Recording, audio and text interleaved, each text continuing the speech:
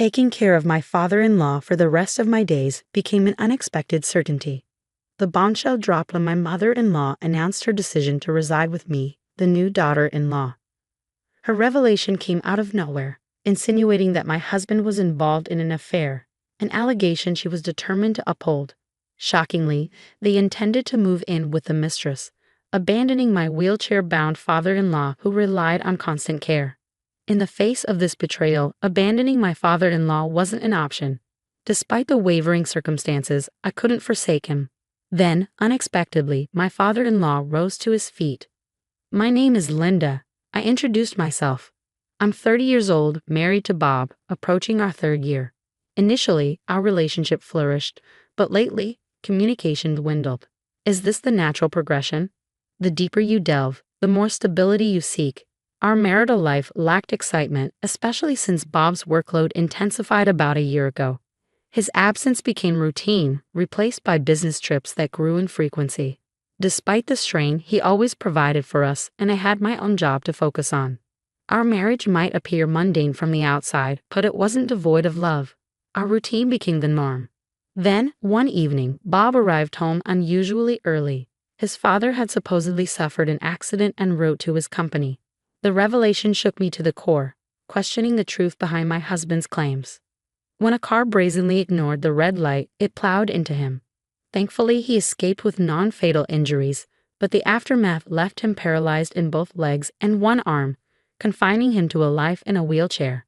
"My father-in-law had an accident," I exclaimed, disbelief coloring my words. The image of him, once a lover of hiking and fishing, now bound to a wheelchair, struck a poignant chord. He had always treated me like his own daughter, offering unwavering support and guidance. An avid outdoorsman, my father-in-law ran his own company separate from my husband's place of employment. The news of his accident reached us through my mother-in-law, as the constraints of modern life limited our ability to visit as often as we desired. Amidst the turmoil, my husband broached the subject with a grave expression. "Linda, Mom approached me about Dad," he began, his tone somber. "She's struggling to care for him alone and asked if we could lend a hand." I paused, grappling with the weight of the request. While I held deep affection for my father-in-law, agreeing to take on a role I had never assumed before wasn't a decision to be made lightly. "It's not that I don't care," I explained, "but I have my own job to consider. It's a sudden and significant responsibility." I was at a loss. Despite racking my brain for the best solution, no viable ideas emerged. Sensing my distress, Bob gently took my hand and locked eyes with me. "Linda, I need you," he declared earnestly. "I know it's going to be challenging, especially since it's your first time. But if we rely solely on Mom, I fear she might reach her breaking point." Although hesitant, I weighed his words carefully. "I understand it'll be tough," I replied, "but I have my own job, Bob." "Linda, you can quit your job," he proposed, surprising me. "I'll cover our expenses. Can you dedicate yourself to caring for Mom and Dad?" The notion of quitting my job caught me off guard, but Bob's conviction swayed me. "Yes," I finally relented. "I'll support you and our family." Bob's gratitude was palpable as he pleaded with me, kneeling before me, emphasizing the importance of my commitment. Eventually, I acquiesced, resigning from my job to focus on caring for my father-in-law, just as Bob had requested. A few days later, Bob dropped another bombshell. He intended to take over his father's company and become its president. The announcement stunned even his father, though a glimmer of pride shone through his tears. "Bob, I can't believe you're saying this," he exclaimed emotionally. "After all this time of you refusing to join the company, while it feels like a game of hearts all over again." "Dad, I can't simply abandon the company," Bob explained earnestly, "especially not now, given your condition. Thank you for your understanding. I was unsure what to do with the company." The weight of responsibility now rested squarely on our shoulders. But with determination and unity, we faced the challenges ahead. I had initially planned to entrust it to someone I could rely on. "But if you're willing to step up, I'm more than happy to pass the torch," my father-in-law declared. "I knew you agreed, Dad," Bob responded earnestly. "I'll give it my all as your son." "Yes, I'm counting on you," his father replied.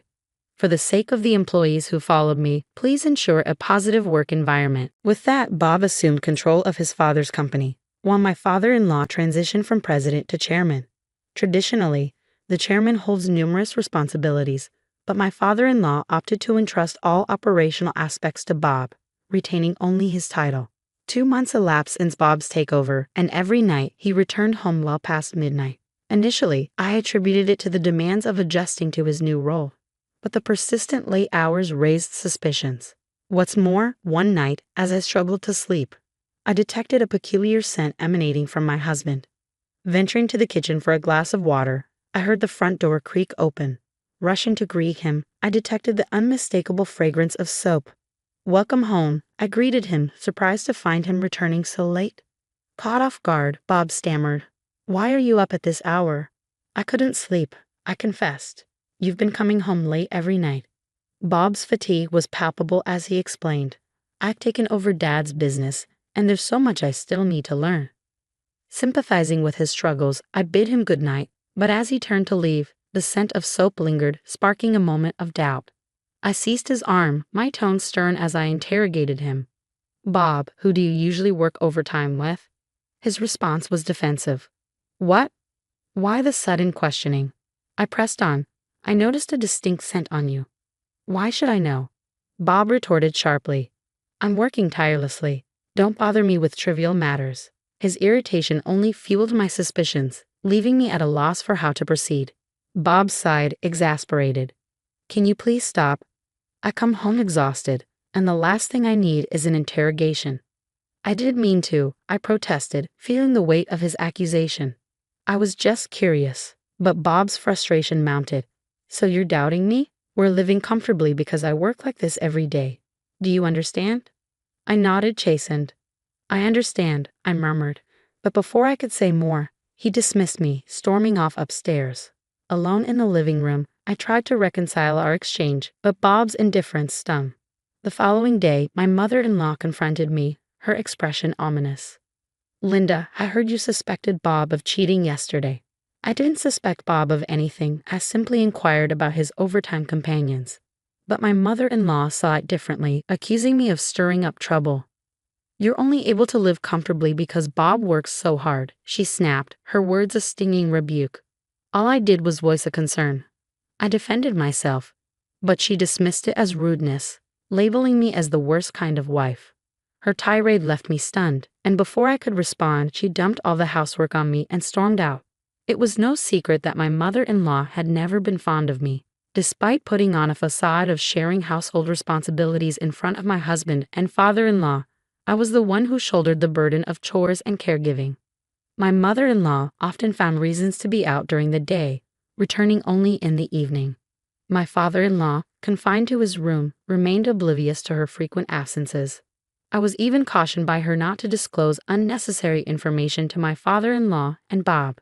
Left with no choice, I silently attended to the household tasks and caregiving duties. The only solace was the company of my father-in-law, whose presence provided some measure of comfort amidst the turmoil. I did something he wouldn't expect. As he looked at me with a sorrowful expression, my father-in-law uttered those words I never anticipated. "Linda, I'm sorry. You must hate looking after an old man like me, right?" With sincerity, I responded, "That's not true at all. I think of you, my father-in-law, as my own father. It's an honor to assist you, and hearing you say such things makes me feel fortunate." His gratitude warmed my heart. "I'm really glad that someone like you married Bob," he confessed. "And likewise," I replied, genuinely touched. "I'm grateful to have a kind person like you as my father-in-law." Despite the hurtful words and actions of my husband and mother-in-law, the presence of my father-in-law, who relied on me, kept me going. It became my duty to attend to his needs, such as helping him prepare for bed and turning off the lights. One day, my husband and mother-in-law unexpectedly arrived together. My husband wore a smug expression, hinting that something was amiss. My mother-in-law wasted no time in dropping a bombshell. They intended to live with a new daughter-in-law, leaving me behind to care for my father-in-law. Stunned, I struggled to comprehend. My husband handed me divorce papers, admitting to having a girlfriend and insisting that I remain to look after his father. Overwhelmed, I sank to my knees, feeling utterly hopeless as they packed their belongings, leaving me in tears. Just as despair threatened to consume me, my father-in-law wheeled into the room, concerned about the commotion. Through tears, I relayed the heartbreaking conversation. Earlier, I had mustered the courage to confide in my father-in-law. His expression grew increasingly rigid as I recounted the events, and by the time I finished, a determined glint had replaced the stiffness in his eyes. Rising abruptly, he declared with newfound strength, "Linda, it's time for a counterattack." Perplexed, I watched as he struggled to stand, his next words taking me by surprise. "Your legs? I'm sorry for not speaking up sooner. The truth is, I've been able to walk for some time now."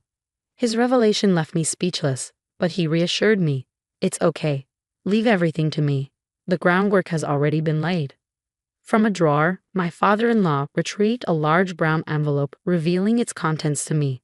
Inside were various pieces of evidence documenting my husband's infidelity, along with shocking proof of my mother-in-law's involvement in extramarital affairs as well. It turned out that since Bob had assumed the presidency, my father-in-law had entrusted reliable employees to monitor his actions at the company. Despite my husband's claims of working late, the surveillance revealed his habitual early departures. Suspecting foul play, my father-in-law had engaged a private investigator, leading to the unraveling of both my husband's and mother-in-law's affairs. The woman my husband was involved with was someone familiar to his mother, and their clandestine meetings were exposed. These revelations had only recently come to light, and my father-in-law confessed his struggle in deciding when to disclose the truth to me. "It's blunt, but I'm glad," I managed to articulate, overwhelmed by the weight of his revelation and the courage it took to confront the truth. "I can't believe it, Linda. What do you want to do?" My father-in-law's voice was tinged with anger. "I want to get back at those two," I replied firmly. "Leave it to me," he assured me before dialing a number on his smartphone. It seemed he was contacting someone from his company, and shortly after, my husband was demoted from his CEO position. Following my father-in-law's advice, I submitted the divorce papers armed with the evidence of my husband's affair. Through legal channels, I sought compensation from both Bob and his lover. A week later, Bob visited his parents' house, likely in response to the legal proceedings. Upon seeing us, he immediately adopted a defensive stance. "What's going on, Dad? Just because I cheated, you're stripping me of my CEO position."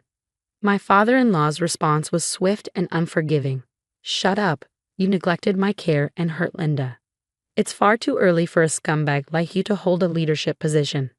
Bob's pleas fell on deaf ears as my father-in-law disowned him. Desperate, Bob dropped to his knees, begging me to reconsider. "Linda, please. I'll end the affair and drop the compensation claim. Just convince Dad to let me stay." His words only fueled my disillusionment. Despite his tears and pleas, it was clear Bob was only concerned with saving himself. With a heavy heart, I released the pent-up frustration that had been building inside me. I spoke with conviction, cutting through Bob's pleas. "What are you talking about? Retract the divorce? I never asked for that. Frankly, I feel liberated knowing I'm divorcing a scumbag like you. I'll never go back to being your wife." Bob seemed stunned. "You mean you've already filed the divorce papers?" Of course, I affirmed, my resolve unwavering. "Why would I willingly remain married to someone as terrible as you? Your firing as CEO is solely your own fault, the result of the seeds you've sown." As Bob pleaded and begged for forgiveness, I remained resolute, dismissing him with a gesture. I threw him out of the house, his cries echoing in the night, pleading for help and forgiveness. Neither my father-in-law nor I responded to his pleas. Later, Bob and my mother-in-law faced lawsuits for alimony and were eventually evicted from their mistress's home, left homeless and destitute. They were forced to take menial jobs to survive, while I continued to care for my father-in-law in his home. Despite the divorce, my father-in-law welcomed me to stay as long as I wished. Grateful for his kindness, I made the decision to reside in my in-laws' home. With my father-in-law now attending a daycare service during the day, I have begun working to support us both. The road ahead may be challenging, but I am determined to do whatever it takes to care for my father-in-law and ensure his well-being.